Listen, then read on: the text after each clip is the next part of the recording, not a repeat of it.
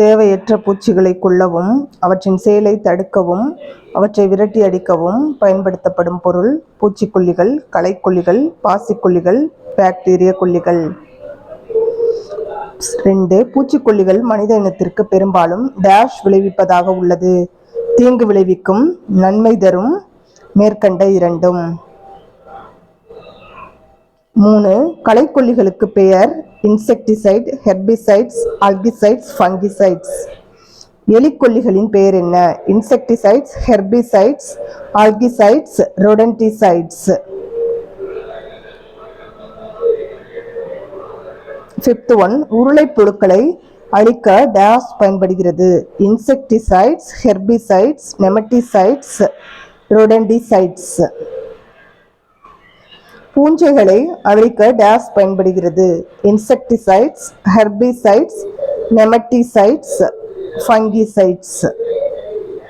பாக்டீரியாவை அழிக்க பயன்படுகிறது. Bactericides, herbicides, nematicides and fungicides. மீன்களை அழிக்க பயன்படும் பொருள் பாக்டீரியசைட், ஹெர்பிசைட்ஸ், நெமட்டிசைட்ஸ், பிஸ்டிசைட்ஸ். டிடிடியின் விரிவாக்கம் என்ன? Dichloro ethane, triphenyl ethane, dichloro diphenyl, dichloro ethane, மேற்கண்ட அனைத்தும். பிஹெச்சியின் விரிவாக்கம் என்ன?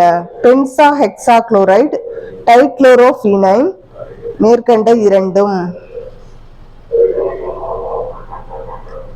மொலக்கிசைட்ஸ்க்கு எடுத்துக்காட்டு சிங்க் சல்ஃபைட், போர்டாக்ஸ் கலவை, காப்பர் சல்பேட், மேற்கண்ட அனைத்தும்.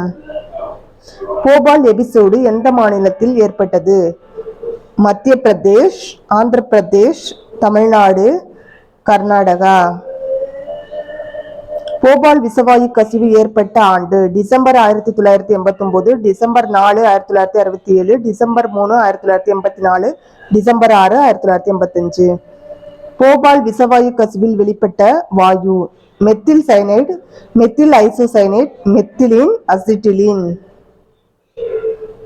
வேதிய பூச்சிக்கொல்லிகளுக்கு எடுத்துக்காட்டு ஆர்கனோகுளோரன்ஸ், ஆர்கனோபாஸ்பேட், கார்பமேட் அண்ட் மேற்கண்ட அனைத்தும். Like, share, subscribe and comment it. Thank you.